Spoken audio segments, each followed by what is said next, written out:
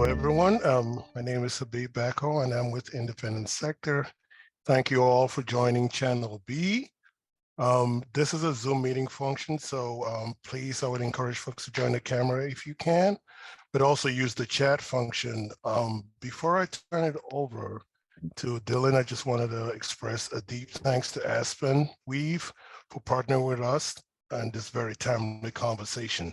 Again, use the chat, light it up, in the spirit of collective care, let's just join and spend this next hour and a half really engaging ourselves. So with that, I'll turn it over to Dylan to do the intros and bring the panel forward. Thank you all again for joining.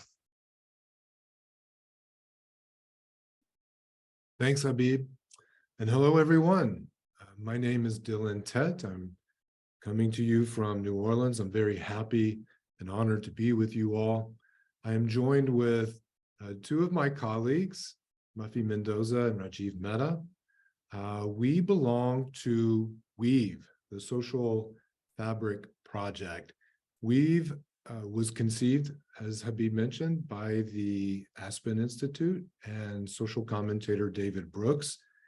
It comes at a time when we are at a historical low in social trust. There was a Gallup poll conducted before the pandemic, and about half of Americans say they really know or trust their neighbors. And about the same amount, about half of Americans say they trust other Americans in making decisions about our democracy.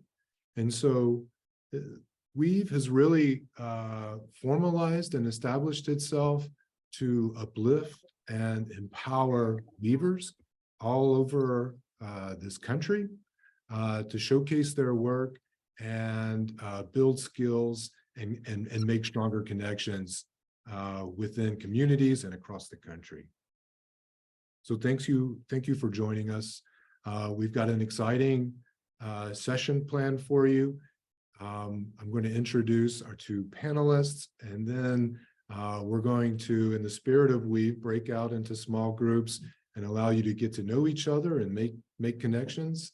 And then we're going to reconvene and talk about self-care and share with you self-guided technique that I think will be very useful in your own self-care practice. Before I hand it over, will everyone just make sure that your microphone's on mute? Thank you.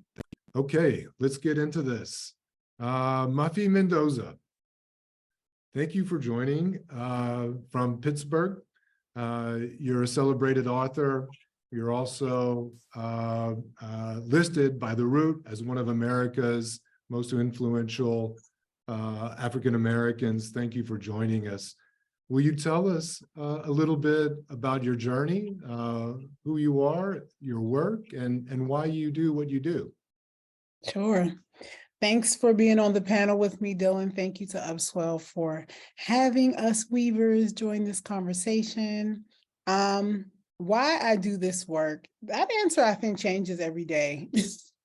It changes with the people I meet. It changes depending on my own mood and emotions.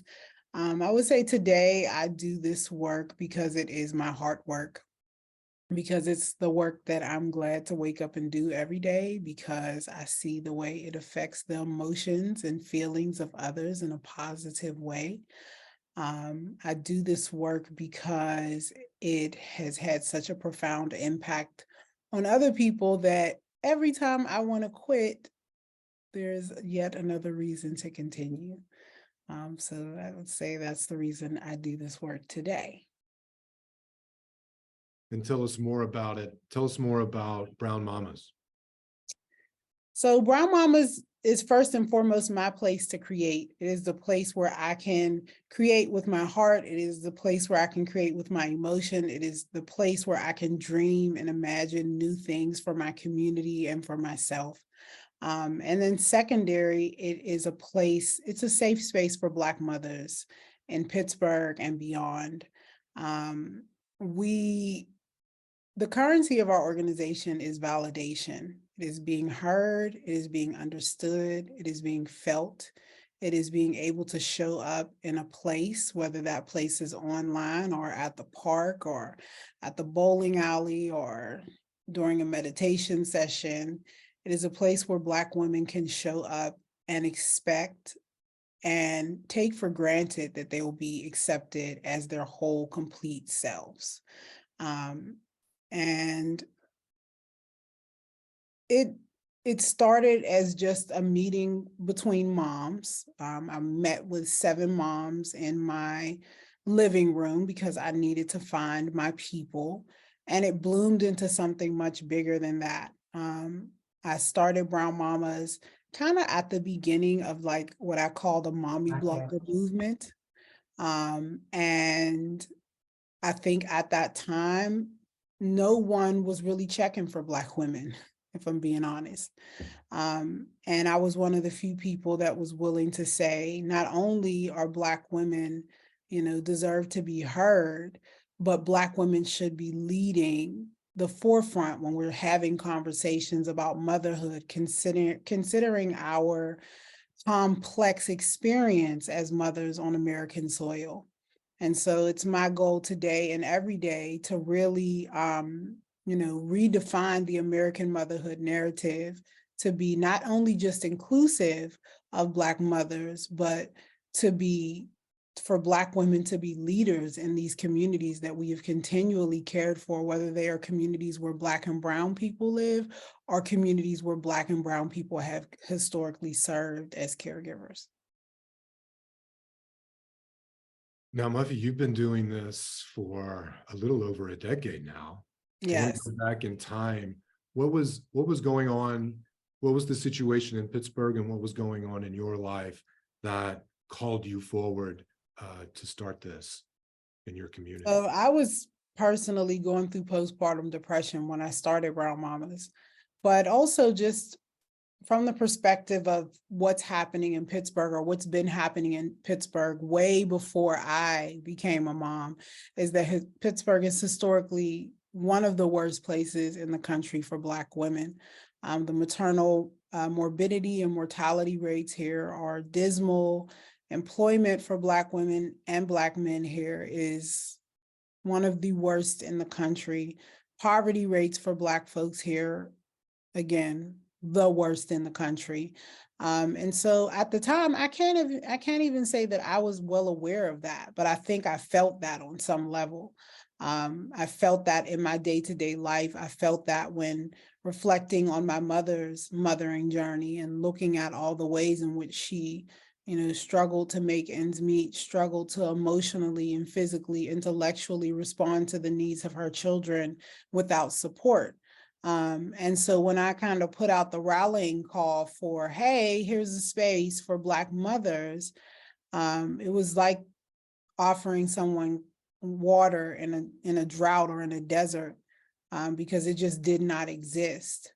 And so the work that I and the group of women who I work with does in Pittsburgh, it still seems like that many times that we are offering water in the desert. That is, unfortunately, Pittsburgh is a resource-rich city with over 400 nonprofits. And if you've ever been to Pittsburgh, it's a very small city, but has over 400 nonprofits that some type of way their supportive services do not reach the Black mothering community. So whether that's because of the siloed geographic nature of the city, whether that's because people who are doing this work are oftentimes not the people who are affected by the work, whether that's because educational and informational awareness campaigns never quite make it to the ears and hands of Black mothers. Those are just a few of the reasons, but for whatever reason, in one of the most resource-rich cities in our country, Black women are not being served. Until Brown Mamas. Until Brown Mamas, until tons of organizations are now allowing Black women to lead the front. There are organizations that have been doing this work before Brown Mamas was doing this work that are finally getting the recognition, resources, funding that they deserve. But I do know that Brown Mamas shifted something in Pittsburgh, because before us, a lot of these organizations were lying dormant. And no one was paying attention to Black mothers, but there's number and power. There's power in numbers. And one thing about Brown Mamas is we certainly pack a numbers punch. Yeah, amazing. Well Thank done, Muffy. Thank you. Thank you, Dylan. Rajiv, you're an Ivy League NASA engineer and the founder of Atlas of Care. Tell us about your journey, brother. So Atlas of Care is the nonprofit that I started. It's focused on helping people, strengthening their families, their communities by really seeing, celebrating, and deepening their capacity to care for each other. And as you noted, my background is somewhat unusual for community building. My formal training is in aerospace engineering and business, and I worked for many years in science and technology at NASA and Apple and places like that. And I got started on this issue of how we care for each other about 20 years ago, sparked by various conversations with friends and family and colleagues and so forth. But I've been at it for so long because I discovered, to somewhat my shock, that the work I'd been doing to help people sort of examine their own lives ended up being so empowering. I remember, almost falling out of my chair one time about 10 years ago when this group of women who were house cleaners in their day jobs, and I had led a program for them, started telling me that this was life-changing. And it's like, well, okay, I like it when people like my work, but this is a little bit over the top here. And so I spent time with them to understand, what in the world did I do that was so impactful? And that was eye-opening to me about the value of community, about the value of clarity in who in your life is impacting you, of the value in seeing, how day-to-day life is impacting you. And so what's kept me going is essentially, it's like, well, you're having a huge impact, get on with it, do more. Might take 50 years for this to become commonplace, but it's a job to do. And so over the years, I've worked with like 8-year-olds and people in their 90s, from CEOs to high school kids and so forth, and discovering that, at the human level, at the family level, at the community level, we have so much in common, has been gratifying and really empowering. Keep going. So it's the deep personal satisfaction you get when you see the impact you're having in people's lives, that it puts up with all of the challenges of running a nonprofit and doing really innovative things. Well, and coming from or being an engineer, you have a very interesting way of looking at the world. And I know you're working with groups in overlap in my universe, groups like the Commit Foundation and Senator Elizabeth Dole and her foundation. You were mentioning to me about some exciting work with Kaiser. Is there anything that you want to talk about there, and in the spirit of systems change and systems transformation that we were that the first session was talking about? Yeah, well, I talk about, let's say, at a more general level. One of the key lessons learned is this idea that first you have to see that there's a world of possibilities available to you, but it's limited by your ability to perceive them. To put it another way, before you can take advantage of what's in front of you, you have to kind of know it's there. And it turns out that it's harder to see in front of you than it seems. Often the biggest hurdle is that many think they already know everything there is to know. So what's the point in looking in any significant way? And, it might be helpful to start with a couple of simple stories that illustrate the higher level, before we get to the organization type of thing.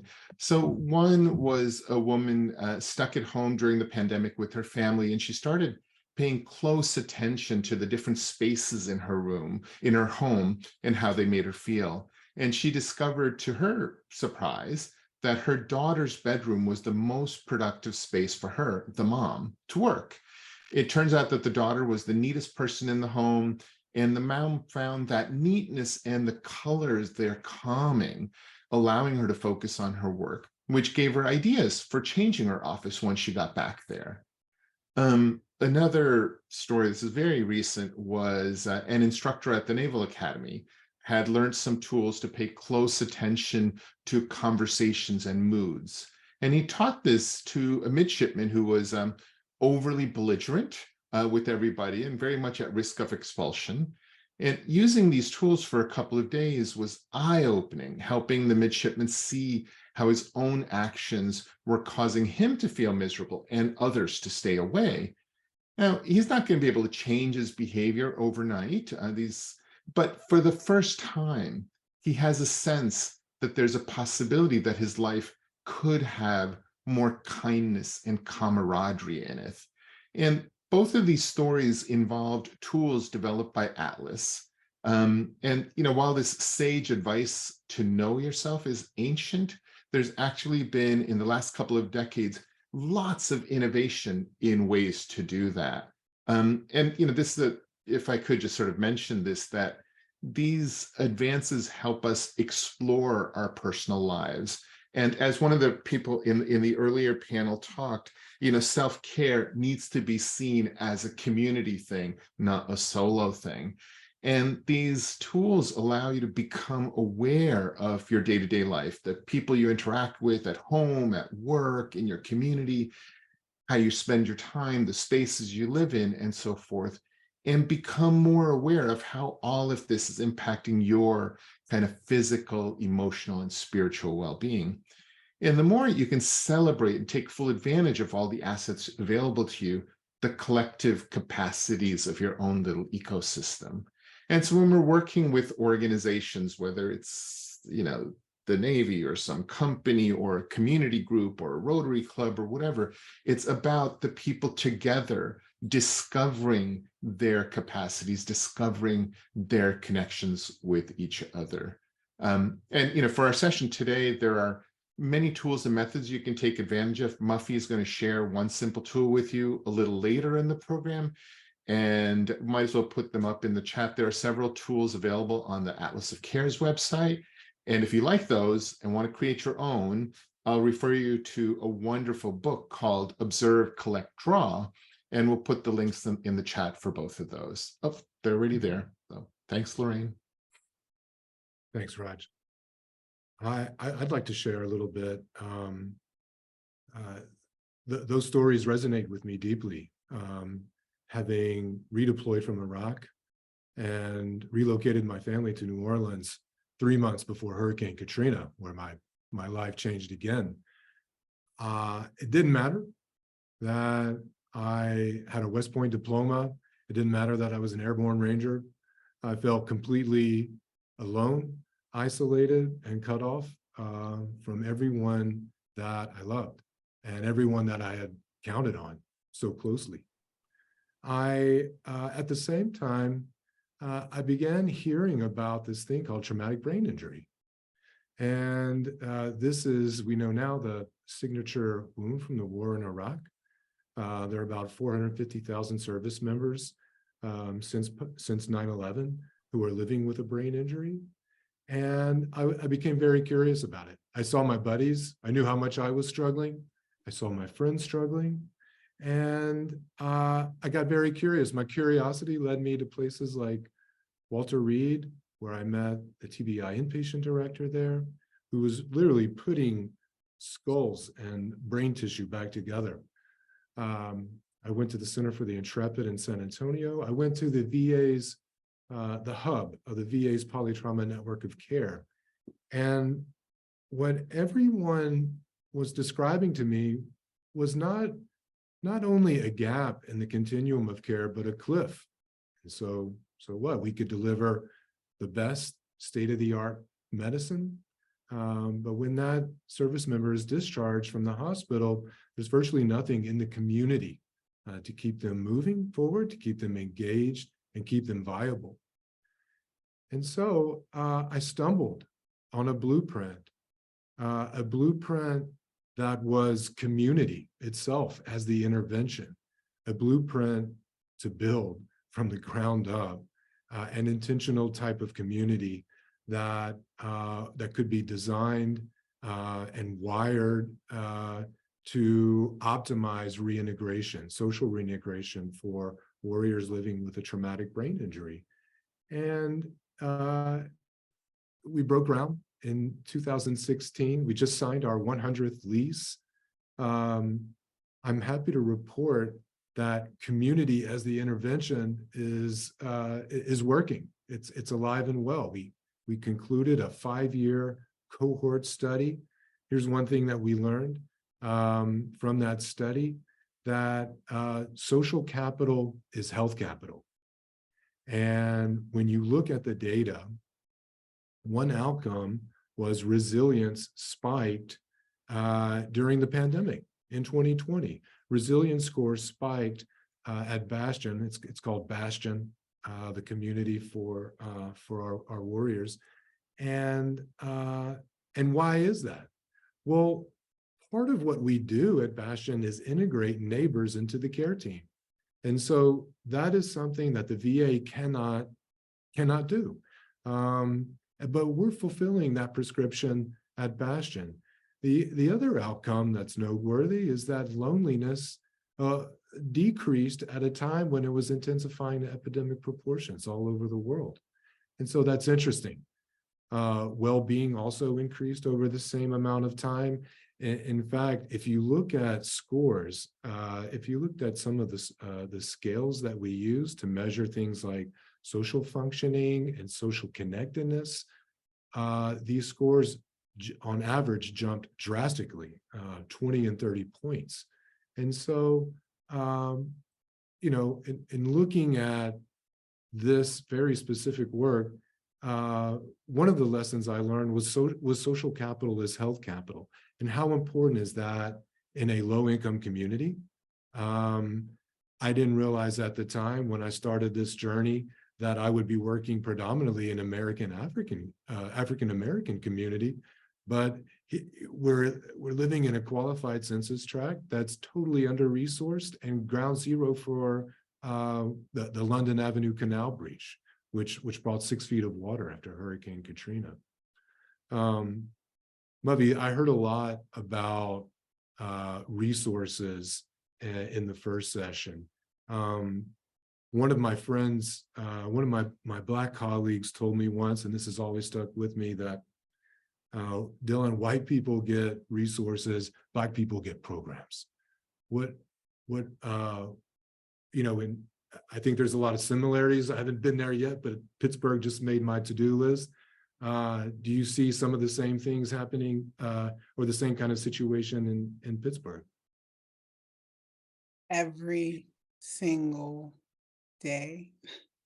When I started Brown Mamas, that was my biggest thing, was that I did not want a program because I'd known I was a single mom. I was a single mom with a young son at 19.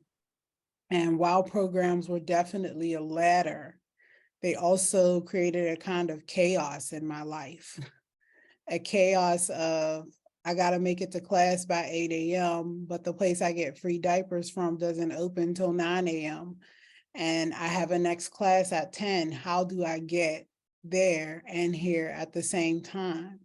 So, and when you are in a traumatic situation, oftentimes steps that make sense to other people don't make sense to you, because your mind is not working in a normal fashion. And people like the folks you mentioned who are recovering from duty, similar to African-American people, which in many ways you could look at our situations, even if we've not been to war or been a part of a military, many of us are in those same situations where I always like to describe unplanned or unprepared parenting, specifically if you're a teenager or person who's dealt with poverty. I say what happens is the mom has a baby, and as soon as they put the baby in her arms, it's like a gunshot goes off and you just start running because you're trying, you now have this person who you are in love with deeply, and you are trying to provide the best you can for them. And you're met with a program that gives you 22 steps that you now have to complete in order to get a $200 stipend that is spent within a week of getting it. And so community does such a better job at this. I remember I was talking to a guy who was trying to create community for Black fathers, and he said, you don't understand. Dads don't want to go grovel. They just want help. They just want the diapers. They just want the milk. They just want to be able to pay the bill. And oftentimes they're not going to put themselves in a position to have to grovel. And I would say people don't want to grovel. They just want help. And most people, once they get the help, they're going to find the next leg up for themselves. I know I did. I graduated from college. I got married, had more children, bought a home, did all of those things. But the hoops that I had to jump through and the hoops that I see my moms jumping through every day are ridiculous. It's to do everything from learn how to cash a check to how do I get, funds so that I can finish my last semester of school. All of these programs with all these steps are so harmful because it prolongs the period of time that a person has to spend under extreme duress, which means they're continually making bad decisions along the way because there's just so much to do every morning when they wake up. And so community does the exact opposite.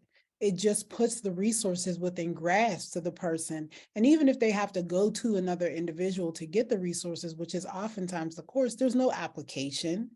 There's just, can you help me? Yes, I can help you. Yes. Here you go. Yes. Let's move on. Let's get to the next thing that's actually going to help you to be a productive member of our society. So yes, we see that all the time, and it's utterly ridiculous. Yes. Rajiv, we might have 30 seconds. Anything you want to add to that? Well, I was just reflecting on what Muffy was saying and how true that is also in the world of philanthropy. They'll have all these forms and stuff. And so if you are already an existing huge organization that has grant writers and so forth, they can fill it out. If you're a small, scruffy nonprofit really doing innovative thing on the ground, you've got nobody that can spare the time to go through that rigmarole. And so it's similarly, I've had conversations with some of the largest foundations talking about how absurdly inequitable their processes are, but they kind of throw up their hands and say, well, we need to be fair, et cetera. But their view of fairness does not acknowledge the disempowerment that exists. And so whether it's true at the level of getting free diapers or it's getting funding and support for all this work, this is a really huge problem that goes kind of unacknowledged. Yeah. Well, you two are tremendous resources in your communities. I want to take some time now for our audience to connect on a deeper level. And so we're going to break out in just a minute in groups of 3 and 4. And of course, introduce yourself, maybe say something about the work that you're involved in, and don't be shy. Brag about what you're doing in your community. And then if you want to talk about anything that's resonated with you over this session or the previous one, or maybe even just what led you here today. And I encourage you to get personal, lean into your vulnerability. And because that's one thing that we're seeing that really deepens meaningful relationships and builds trust. So as an exercise in that, we're going to break out, and then we'll come back, and Muffy and Rajiv and I will talk about self-care.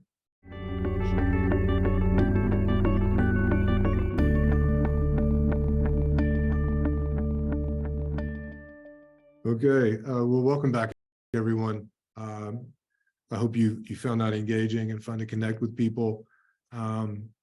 Connection is really one of those lubricants, one of those levers for building trust and community. It's also good for your health. We've heard a lot about self-care today, and Muffy and Rajiv, I'd like to engage you in a conversation about your own personal self-care journey and maybe the lessons you've drawn while you've been leading in your community as a community caregiver. So Rajiv, do you want to kick us off? I'm sure, when you had asked us that you're going to be asking us this question, I had to give it some thought. And it's funny, I want to start off in a negative sense, in the sense that being knowledgeable about self-care and all of that does not stop the world from being really difficult.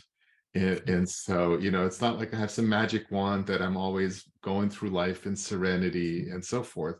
But perhaps it helps me be much more resilient, in the sense that I'm much less likely to blame myself, well, not too much, for when things don't really go as well as I'd hoped to. And likewise, I'm much more accepting of things that I do that are not productive.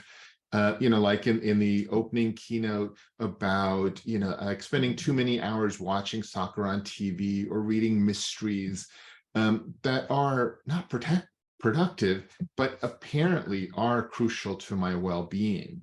They give me pleasure, well, not when my team loses, but they allow my mind to rest. And so I've gotten over time to be much less rigid about what I should be doing, try to get rid of the shoulding, and really just let things be, let things flow. And that it's okay to be a couch potato at times, and okay to want to spend time with friends instead of doing work, but just as it's okay to want some quiet solitude as well. And so just being more accepting of what, in a sense, this body, this mind claims it wants to do in the moment. Do you have a favorite technique, self-care technique? Besides, well, in that sense of the not shoulding, I rarely put together a clear calendar or agenda for the day or the week or the month. Just carry on. Great. Muffy, give us a lesson about self-care. So right now, my self-care journey is actually pretty deep. I'm in several transitions in my life. I'm transitioning. I just turned 40. I have a child who is, I guess, grown. He's 21. I have a lot of transitions in my life. So I had to really prioritize self-care starting about 8 months ago. So I have a pretty deep practice right now. Every morning I exercise, I try to meditate. In the words of the Honorable Tricia Hersey, I think her last name is Hersey. I'm not sure how to say it, but she wrote the book Rest is Resistance. I am actually reclaiming my dream space, which just means I'm taking naps so that I can think more clearly, and also so that I can allow what's in my subconscious to easily come to the forefront.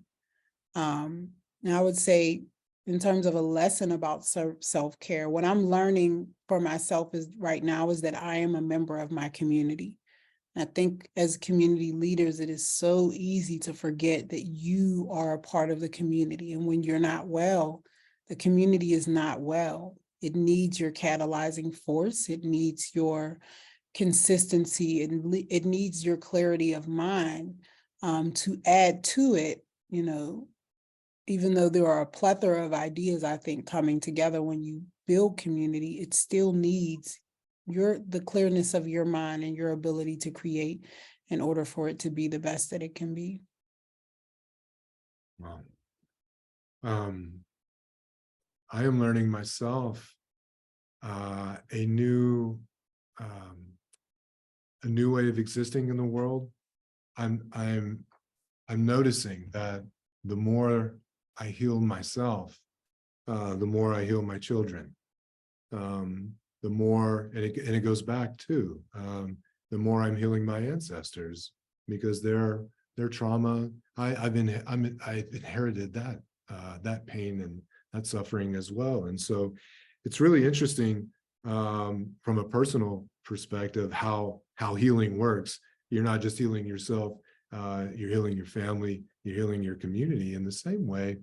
I think there's a direct connection between self-care and community care, because I've noticed that when I am healing in community, the benefits tend to amplify themselves, and they're a little more longer lasting.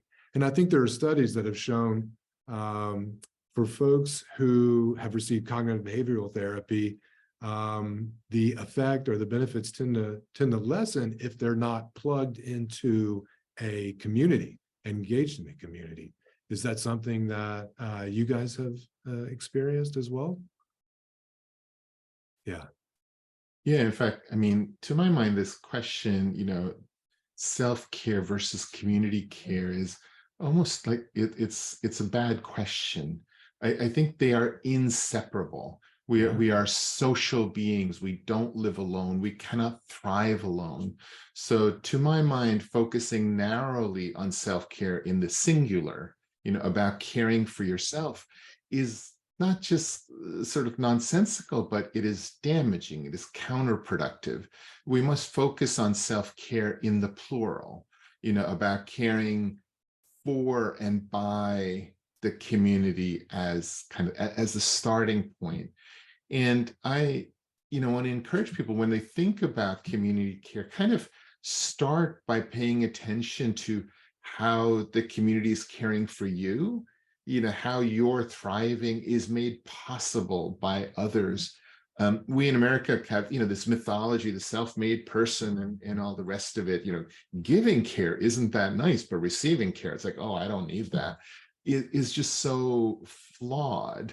We need to kind of learn to accept and recognize the care we get with grace, and learning to honor the care we receive. So I think I just want to emphasize what we've all been saying, that thinking of care as a community spirit, both in receiving and giving, has to be at the heart of it. It's inseparable. I believe that wholeheartedly. I'm walking in this new understanding that self-care in the new paradigm of healthcare, it is the heart of healthcare. And as I'm seeing it in the VA, a shift from this disease-centric, find it and fix it model, kind of a shift back to the individual self as the pilot, getting the keys back to our bodies, to self-heal and do it in a way that uplifts our community at the same time. Like you said, they're inseparable. Well, Muffy, we did an experiment on ourselves, and we're going to share it with the audience. And just to kind of set it up before I turn it over to you, we're going to draw. Well, we're going to show you how you can unlock your inner wisdom, perhaps your higher self, your subconscious, and tapping into answers that are held and stored in our bodies. And so this technique is called the 3 drawings. And with that, Muffy, I'll turn it over to you. So as Dylan mentioned, we tasked ourselves with doing these drawings, and it was very eye-opening. For me, it was like, it took me a few days to really just sit with it and really understand how I was thinking about myself. But we were tasked with drawing 3 pictures, or 2 pictures we started out with. I did the 3rd picture. I think you guys did the 3rd picture too. Yeah, you guys did the 3rd picture. And the questions we asked ourselves is, who am I? And then how does my community see me, or how do I believe my community sees me? And then how do I integrate the two? And so I'm going to share my screen to show some of the pictures that we drew. Oh, I have to be able to share my screen, so I'll wait till Oh, here someone you go. meets me. Muffy, hold on one second. Okay, no worries. Okay, I think you should be able to do it. Okay, cool. Thank you.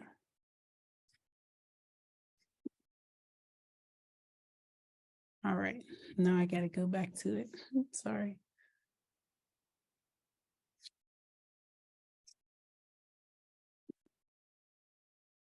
Yeah, Elizabeth, here are the prompts again while Muffy pulls up her drawings. The first one is draw yourself the way that you see yourself in your community. And the second one is draw yourself as you think your community sees you.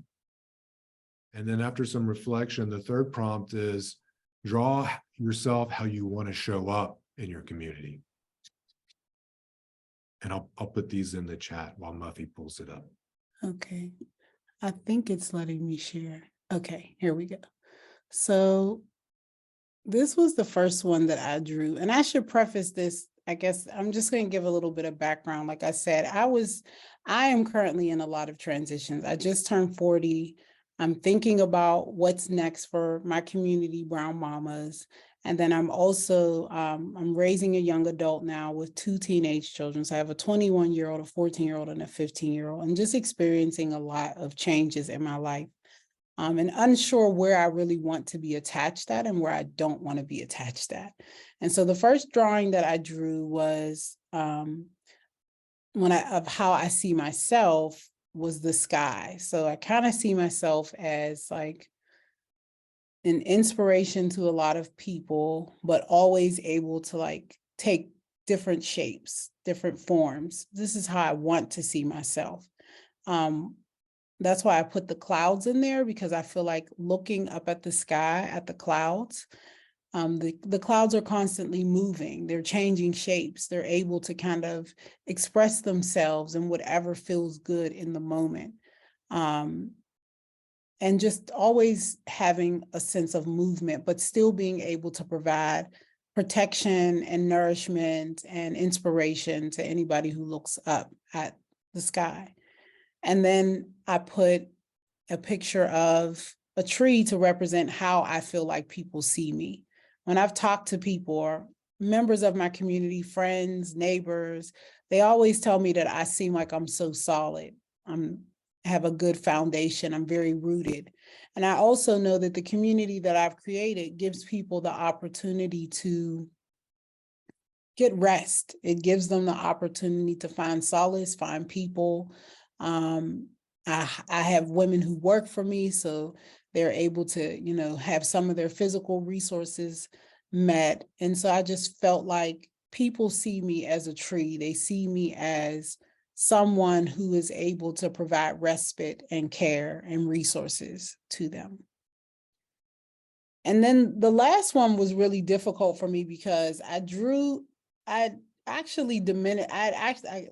want to say diminished, but when I had to think about how to integrate the two, that was really difficult for me because I see myself as well as how my community sees me in two very starkly different ways.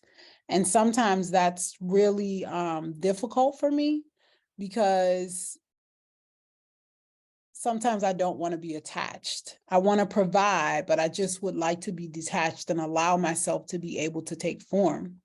But through my own self-care journey, I am in therapy. And one of the things my therapist said to me was, she said, because I drew myself as grass, I didn't put that picture in here. That was my integration. As I said, I'll be grass because grass is rooted, it is connected, but it's still vast. And it's able to be in a lot of places. And she said, that's diminishing of you because grass can be replaced. But a tree is a tree. It has character, it has value. You you're the same way. You have character, you have value. You're not a replaceable thing. And anybody who knows grass, if the grass gets stomped out, you just go put some more seed down.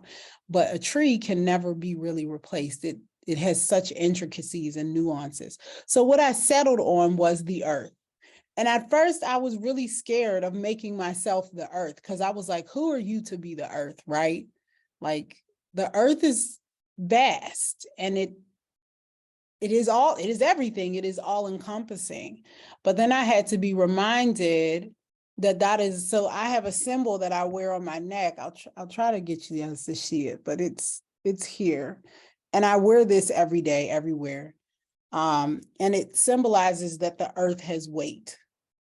So when I thought about it, I said, me saying that I am representative of the earth has nothing to do with, wanting to be everything for everybody else. It's just saying that what I do has weight.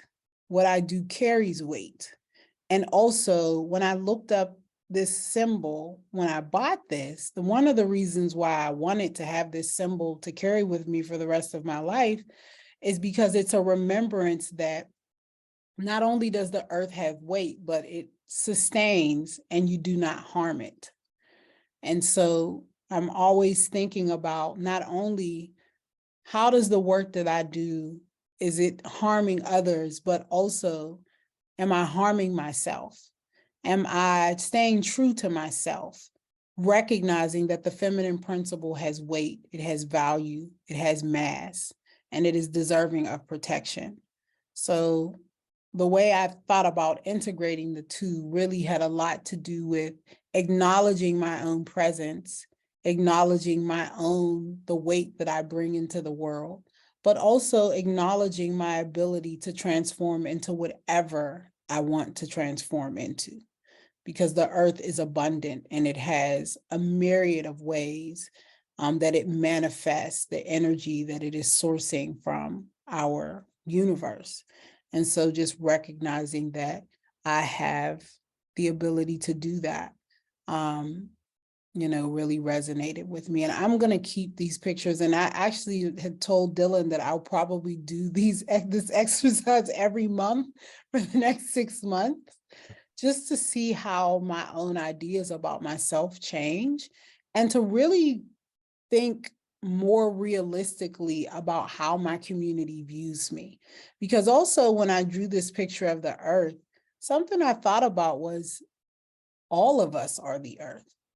Like, it's not just one, it's all of us. It's my whole community. It's my community connected to Raj's community, connected to Dylan's community, connected to all of these communities who are taking care of each other, who, have weight and who are sustaining the earth and deserve the proper care and the proper love, proper light, all those types of things. So wanted to share that. I also wanted to share, I don't remember if we said we were going to share y'all's drawings, but I didn't want to share them without asking. And I forgot to ask you before we came in. So I said, but I will share them. I think we should. Is that okay? Yeah, that's fine. Okay. A few minutes. Okay. Yeah. Cool. So I'm going to unshare and then reshare. I'm going to do a new share.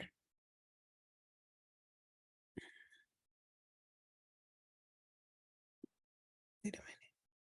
Stop sharing. Let me pull Raj's up. Or I'll pull Dylan's up first because his came up first. So.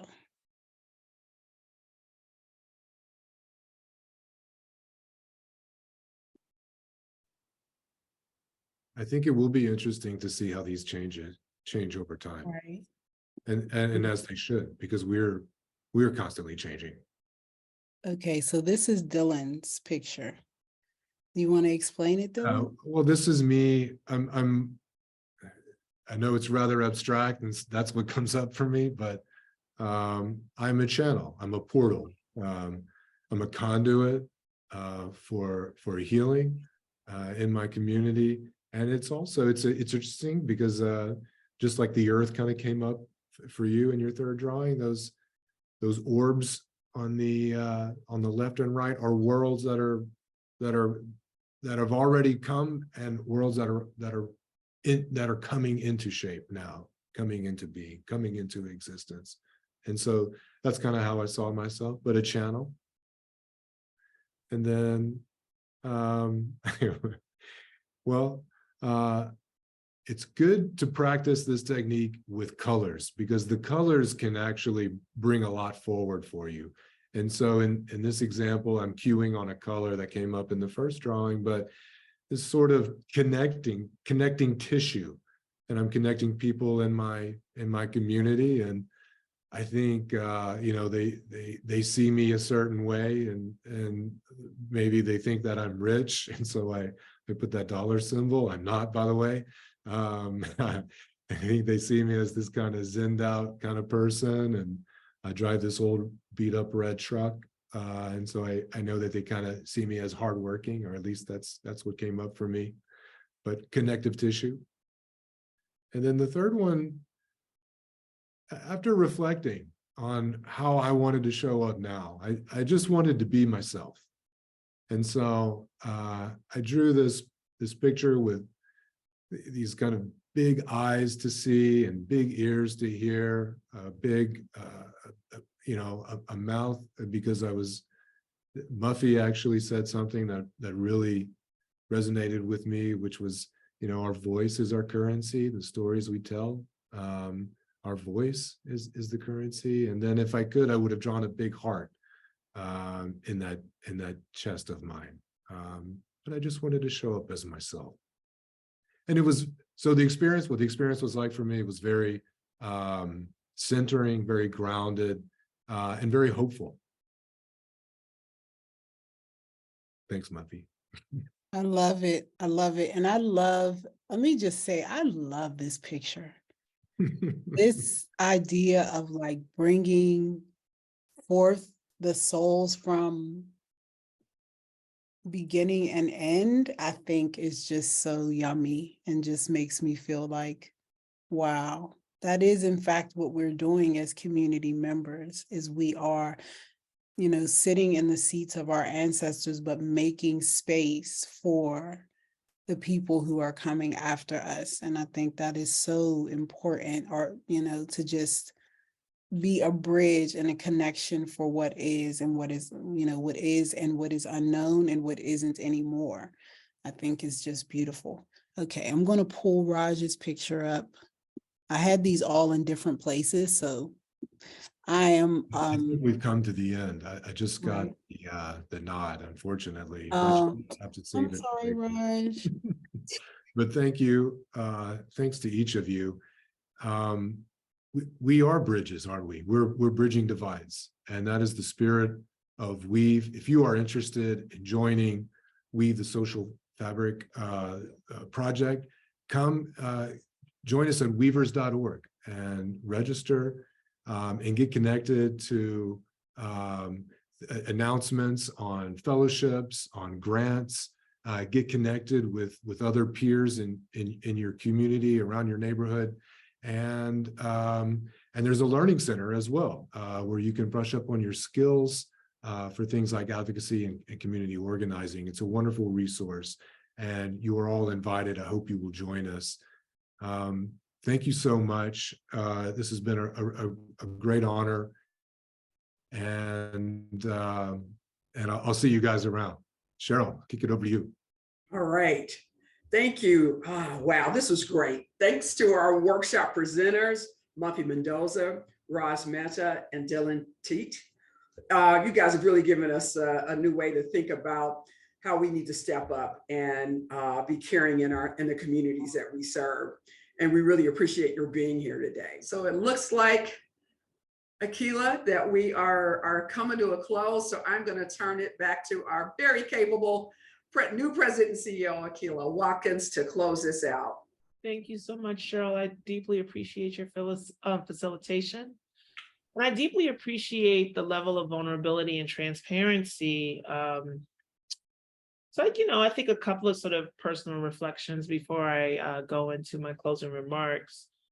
One is that, Janet, I so appreciate you talking about grief in this work. I don't know if we do that enough. I think one thing we always have to remember is that our chief responsibility is to care and repair, and to love people, right? And in the love is where we create opportunities, right? And even programming and the strategies we create come out of this deep place of wanting to see people self-actualize and show up as the best versions of themselves. And so sometimes when that doesn't happen, or people make different decisions, the sort of psychological and emotional toll that takes on us as leaders in the sector does become incredibly difficult. And I don't think we hold enough space for that. So I just want to thank you for sharing that and allowing us all to sort of sit in that. I think second is, vacations, or just taking time, right, to feel and to be and to experience the world in, deeply sort of sensational ways that don't feel like the entire organization is going down. I think one of the things I've had to contend with is when I do get those moments, when I take those moments, I have to be okay with people doing good work, but it may not be the way I do it, right? And still being able to celebrate the work that they do, especially when they do it at a high level. It just may be different from the way I do it. And I think part of self-care is to relinquish a level of control, and give people the space and opportunity and guidelines to be able to do really good work in your absence. So I really appreciated that point being amplified.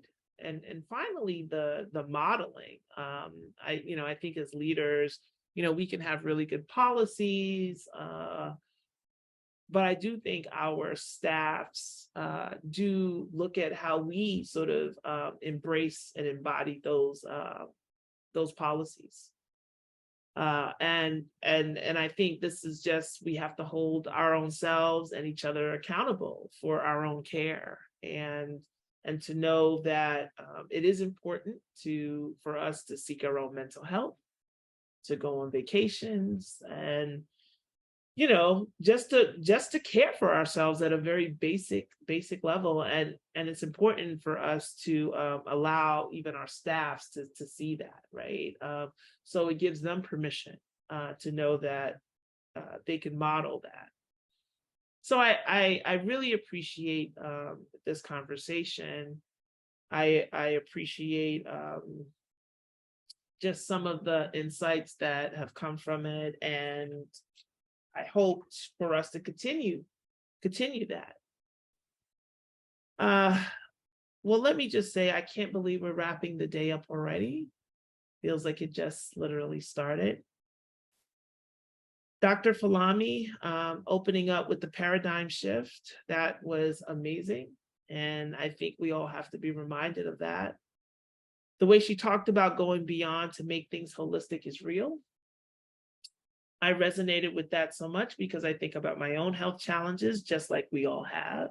And many of my challenges have come because I wasn't listening to my own body, and I was going beyond probably what I should be doing at the time. And so I think it's important for us to create space where we can stop, we can pause, and we can heal and rest. And so Dr. Falami was so brave to share from the onset that it was her own health struggles that she used as a moment to transform the way she focuses on her own health, care, and her own joy. And I think that's important for all of us. We don't talk enough about joy. We talk, so many of us have to fight, we have to push, we have to advocate. And I think those are all important pieces of the warrior spirit that many of us have to embody to get the work done. And I also think it's important for us to have moments of joy. So I really, really appreciate her calling that out. I can tell you I empathize deeply with that. This is so real. And this whole day has been full of realness. I want to thank Dr. Hall Russell for that amazing opening session with Dr. Falami, Liz, and Carrie. I want to thank the workshop weavers, Dylan, Muffy, and Rajiv. I'd be remiss if I didn't say from one Black mother to so many others out there, I see you. You know, National Black Maternal Health Week was just a couple of weeks ago. And I think about how that relates to so many of the sentiments our speakers shared. The whole idea of weaving health, wellness, awareness, and balance, so many things into our everyday is something so sacrilegious. But we don't do it enough. So let's walk away from today with that intention and that commitment to ourselves. Because when we are healthy, we can invest our best selves in our work. Our work is only good as we allow it to be. Let's be bold about being healthy, and let's leave today with a renewed investment in ourselves. Lastly, I want to thank the independent sector staff. You all have probably interacted with the outstanding team we have here. Michelle, Christina, Habib, and more who have made this pop-up possible. With that, a few final updates. Don't forget, registration will open tomorrow for the Upswell Summit in November. We're so excited about our first in-person summit in 3 years. So please go to independentsector.org/Upswell to register. And remember to register for our next Upswell pop-up on Tuesday, June 20th on Centering Equity and Systems Change. I also wanted to take a moment to once again thank our partners, especially Walmart, Allstate Foundation, United Way of Metropolitan Dallas, and AT&T. And all of our sponsors who make Upswell possible. We've got a lot of exciting things going on, and we're looking forward to you joining us for all of them. Thanks again for taking the time to be here with us today, and enjoy the rest of your day.